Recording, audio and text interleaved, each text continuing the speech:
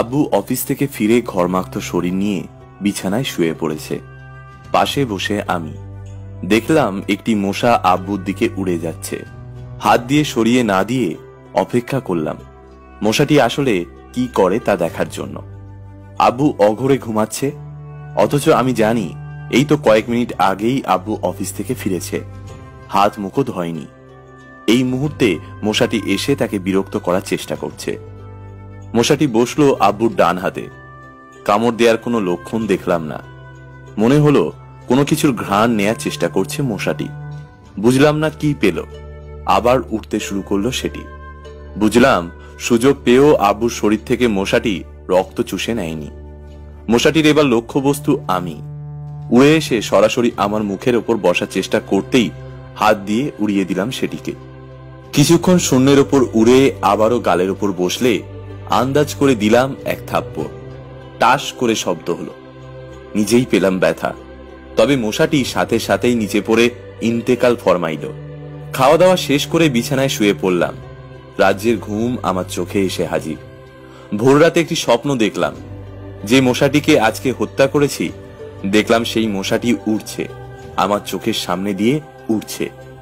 বিস্ময় দৃষ্টিতে তার দিকে তাকিয়ে থেকে জিজ্ঞেস করলাম, তুমি না মরে গিয়েছ?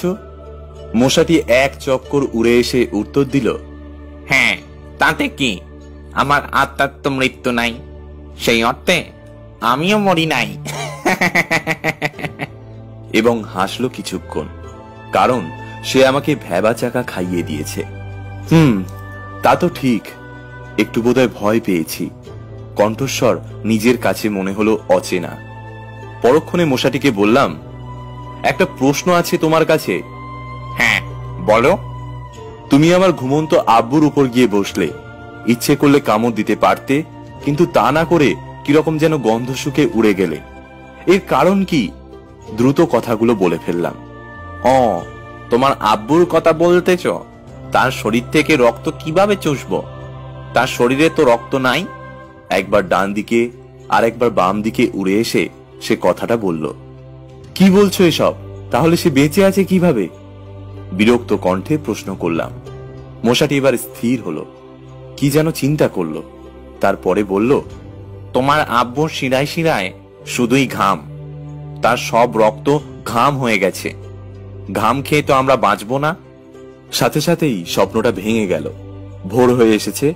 দেখলাম আব্বু জায়নামাজ বিছিয়ে নামাজ পড়ছেন। আমি বিছানা ছেড়ে উঠে অজু করে আব্বুর পাশে গিয়ে দাঁড়ালাম। আব্বু আমার দিকে একটু তাকালেন যেন। নামাজ শেষে আব্বুকে জড়িয়ে ধরলাম, অনেকক্ষণ ধরে রাখলাম। তখন আমার চোখ দিয়ে টল টল করে পানি ঝরছিল।